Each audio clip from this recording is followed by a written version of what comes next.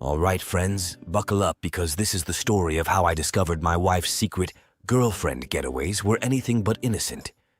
It all started when I stumbled upon a revelation that would leave you scratching your heads and reaching for your pitchforks. So picture this. My wife Emily and I have been married for 5 blissful years. Or so I thought. We met by chance. I was sitting in a cozy little cafe during my lunch break, desperately trying to avoid the pile of work waiting for me back at the office.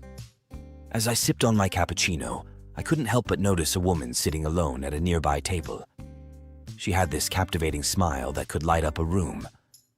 Feeling a surge of courage, I decided to make my move. I casually strolled over and asked if the seat across from her was taken. She looked up, slightly surprised, and gestured for me to sit down. Score. We started chatting, and it turned out we had a lot in common. We both hated Mondays, loved cheesy movies, and had an unhealthy obsession with cats. It was like we were 2 peas in a pod. As our conversation flowed effortlessly, I couldn't help but be drawn to her infectious laughter. It was like music to my ears, drowning out the noise of the cafe. We exchanged stories and jokes, each one funnier than the last. It felt like we were in our own little comedy club. Time flew by, and before we knew it, our lunch breaks were coming to an end. Reluctantly, we exchanged numbers and promised to meet up again soon. As I walked back to the office, a goofy grin plastered on my face. I couldn't help but feel like I had just stumbled upon something truly special. Days turned into weeks, and weeks turned into months. Our casual lunchtime encounter had blossomed into a full-blown romance. We explored new restaurants together, went on weekend getaways, and even survived a disastrous attempt at cooking a fancy dinner together. Let's just say the fire alarm got quite the workout. Naturally, after all this, we got married. Emily's job as an executive at a tech firm often left her stressed and in need of some girl time, as she put it. I didn't mind at all. In fact, I encouraged it. Everyone needs a break, right? These getaways happened every few months, and I was always cool with it. Her so-called girlfriends would rent a fancy cabin, hit the spa, and just relax. Emily would return refreshed, and our relationship benefited from it. Or so I believed. One sunny Saturday, I decided to surprise her at her favorite spa retreat, a place called Serene Haven. I had a bouquet of roses and a box of chocolates in hand, ready to surprise my hardworking wife. Little did I know, the real surprise was waiting for me. As I walked into the reception area of Serene Haven, I couldn't help but admire the posh surroundings. The marble floors, the soothing waterfall in the corner, and the impeccable service made it clear why Emily loved this place. I approached the receptionist, a young woman named Sarah, to inquire about Emily's whereabouts. "Hey there," I said with a smile. "I'm looking for my wife, Emily. She's here with her friends for a weekend getaway." Sarah looked up from her computer screen and gave me a polite smile. "Sure. Let me check for you. Can you please provide her last name?" "Of course, it's Anderson." Sarah's fingers danced across the keyboard, her eyebrows furrowing slightly. "I'm sorry, sir, but I don't have any record of an Emily Anderson staying here this weekend." My heart sank. I thought there must be some mistake. "Are you sure? She comes here regularly with her friends for these spa weekends." Sarah hesitated for a moment, then leaned in a bit closer, as if sharing a secret. "I don't want to get anyone in trouble, but there is an Emily who has been a frequent guest here. However, she always checks in alone, and she's registered under a different last name." I blinked, trying to process this information. "A different last name? Are you saying she's using a fake name?" Sarah nodded. "Yes, sir. She goes by Emily Mitchell. But please don't mention I told you this. We value our guests' privacy." My mind was racing. Why would Emily use a fake name? And why was she coming here alone when she always claimed to be with her girlfriends? "I won't say a word," I assured her, my voice trembling. As I left the spa, I couldn't shake the feeling that something was terribly wrong. Emily had some explaining to do, and I was determined to get to the bottom of this mystery. Little did I know that my journey for the truth would lead me down a path of unexpected twists and turns. After my jaw hit the floor at the hotel receptionist's revelation, I needed to do some major sleuthing. If my wife Emily was sneaking around behind my back, I needed to know the full extent of her devious plan. Revenge, after all, required precise information. I slipped out of the hotel, leaving the poor receptionist baffled and bewildered. It was clear that Emily wasn't here for a girls' weekend, at least not in the traditional sense. I couldn't just confront her without all the facts, though. I needed to gather evidence like a seasoned detective. Back at home, I started my covert operation. I dusted off my old laptop, logged into my trusty social media accounts, and fired up my amateur detective skills. First stop, Emily's Facebook profile. I scrolled through her posts, looking for any suspicious activity. That's when I found it, a group chat with her so-called girlfriends. The conversation was filled with emojis, inside jokes, and laugh-out-loud anecdotes about their wild weekend adventures. But it was all a facade. The timestamps on the messages told a different story. Emily had been typing away furiously during the time she was supposedly out with her friends. My heart sank as I read messages like, "I can't believe we're getting away with this," and "He'll never suspect a thing." It was crystal clear that my wife was orchestrating an elaborate ruse, and her friends were in on it. But the burning question remained. What was the purpose of this charade?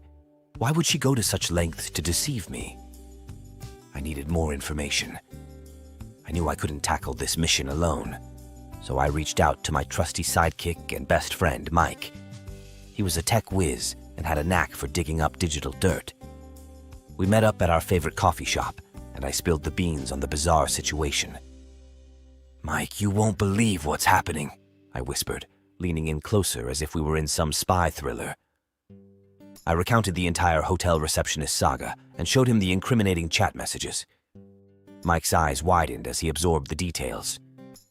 "This is some next-level deception, buddy," he said, shaking his head in disbelief. "But we can get to the bottom of this. We just need to be one step ahead of her." We hatched a plan to set up a fake business trip of my own, complete with fabricated messages and meetings. If Emily thought she could outwit me, she had another thing coming. It was time to turn the tables and unleash my own web of deceit. Revenge was a dish best served cold, and I was about to make it ice cold. As I typed out fake emails and sent bogus text messages to my unsuspecting wife, I couldn't help but smirk. Emily had underestimated me, but I was about to show her that two could play this game. Little did she know, the husband she thought she knew was about to become her worst nightmare. The stage was set, and my plan was in motion. I embarked on my so-called business trip, leaving Emily behind with a web of deceit so intricate, even I had trouble keeping track of it all. The key to my revenge lay in convincing her that I was away for an extended period, far from her prying eyes. I checked into a nearby hotel and sent her occasional messages about my meetings and work dinners. Meanwhile, Mike and I continued our covert operation, gathering more evidence about Emily's shady activities. We started by following her every move, discreetly of course. Mike used his tech wizardry to install a tracking app on her phone without her knowledge. We watched in real time as she met up with her supposed girlfriends, all while I was miles away, attending my fabricated business meetings. It was during one of these clandestine stakeouts that we stumbled upon something that sent shivers down my spine. Emily and her friends weren't just going for spa days and brunches. No, they were headed to a casino, and it wasn't for the slot machines. I watched as Emily entered the lavish establishment with a group of women, dressed to the nines. The glitzy casino was a far cry from the innocent girls' weekend she had portrayed it as. This wasn't about spending quality time with friends. It was about indulging in a secret life of extravagance and thrill-seeking. As I observed her at the blackjack table, my anger grew. Her fingers tapped nervously on the table, beating out a simple melody. But now it didn't seem to me as cute as it was at the time of our acquaintance. I felt all her emotions. Taking a seat at the blackjack table, Emily exuded confidence, channeling their inner James Bond. She were dealt a pair of aces, causing their heart to skip a beat. This was her moment to shine, or so she thought. Filled with excitement, Emily made the impulsive decision to go all in, adopting the mantra of, "You only live once." The dealer raised an eyebrow at this bold move, but proceeded nonetheless. The cards were dealt, and a wide grin spread across her face. However, her joy was short-lived as the dealer revealed a blackjack. Panic and horror washed over her like a tidal wave. Flushed with embarrassment, Emily could feel the weight of the entire casino's gaze upon them. Her luck had quickly evaporated, leaving them feeling anything but fortunate. To add insult to injury, the subsequent rounds proved to be just as disastrous. Lady Luck had abandoned her completely. Every time they hit, they went bust. Every time she stood, the dealer miraculously pulled out a winning hand. It seemed as though the cards themselves held a personal grudge against Emily. I kept watching her crash. Emily was gambling away our hard-earned money, all the while thinking she had pulled the wool over my eyes. It was a betrayal that cut deep. I couldn't help but think back to the hotel receptionist's words. "Your wife is quite the gambler," she had said with a knowing smile. It all made sense now. Emily had been using these supposed weekend getaways as a cover for her reckless gambling habit, and her friends were her enablers.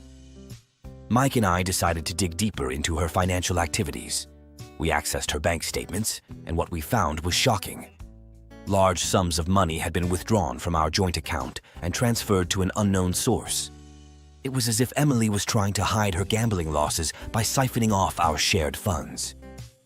It was time to confront her, but not before I had gathered enough evidence to ensure she couldn't weasel her way out of this one. Revenge was no longer just a desire, it was a necessity.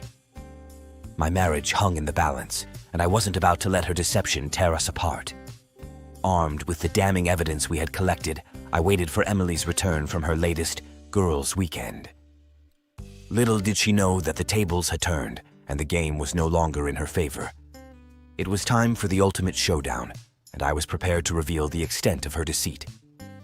As I watched her approach our front door, a rush of emotions washed over me. This was the moment of truth, and I was determined to make her face the consequences of her actions. Revenge, it seemed, was about to take center stage in our marriage. The door swung open, and there she stood, looking like she had just returned from another one of her innocent getaways. Emily's face lit up with a feigned smile as she saw me waiting for her. Little did she know that her carefully constructed facade was about to crumble. "Hey, sweetheart," she greeted me, trying to hug me as if nothing was amiss. I sidestepped her embrace, my anger bubbling just below the surface. "We need to talk," I said, my voice cold and unyielding. I motioned for her to step inside, and as she did, I closed the door behind her, sealing her fate. Emily's expression shifted from cheerful to uneasy as she sensed the seriousness of the situation. She glanced around, perhaps expecting an intervention from one of her supposed girlfriends or a hidden camera crew. But there was no escape from the truth this time. I gestured for her to sit down in the living room, a room that had witnessed countless moments of joy and intimacy in our marriage. Today, it would bear witness to something entirely different. I took a deep breath and began to lay out the evidence before her. Bank statements, photos of her at the casino, and the GPS logs from her phone tracking her every move during her weekend getaways were all presented in damning detail. Emily's face grew paler with every piece of evidence I revealed. "You've been lying to me, Emily," I said, my voice heavy with disappointment. "Those weekends with your girlfriends weren't what you claimed them to be. You've been gambling, and it's tearing our marriage apart." She stammered, attempting to come up with an excuse, but the evidence was irrefutable. The truth had caught up with her, and she had nowhere to hide.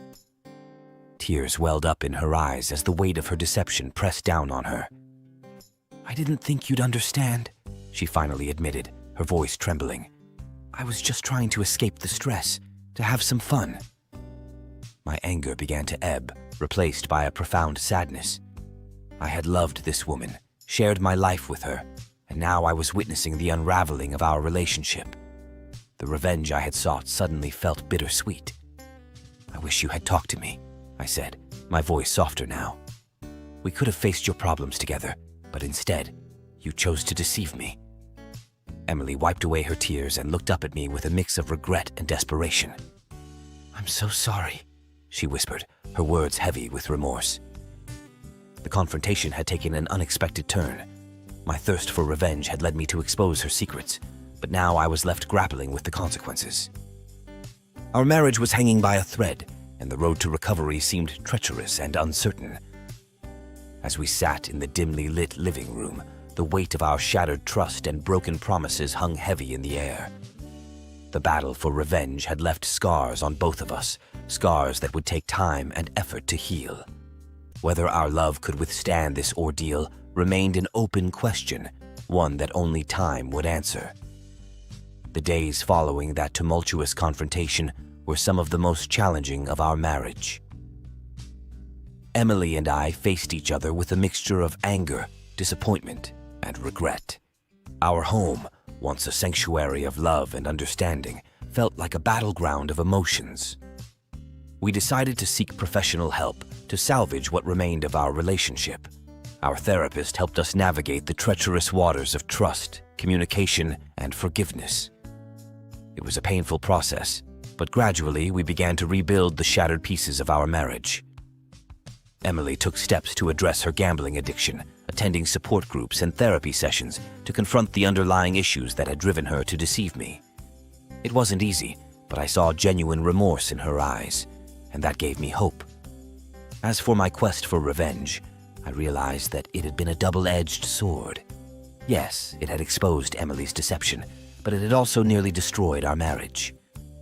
I learned that revenge could be a destructive force, one that consumed not only its target, but also the one seeking it. Over time, as we worked on healing and rebuilding trust, I found it in my heart to forgive Emily.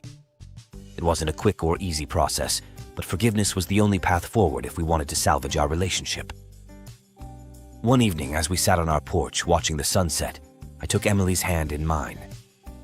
"We've been through a lot," I said, my voice soft and filled with emotion. "But I believe in second chances. I believe in us." Tears welled up in Emily's eyes as she squeezed my hand. "I love you," she whispered, her voice trembling. "And I'm so sorry for what I've put you through." We leaned in and shared a kiss filled with the promise of a fresh start. It was a moment of redemption, a moment where we chose to let go of the past and embrace the future together.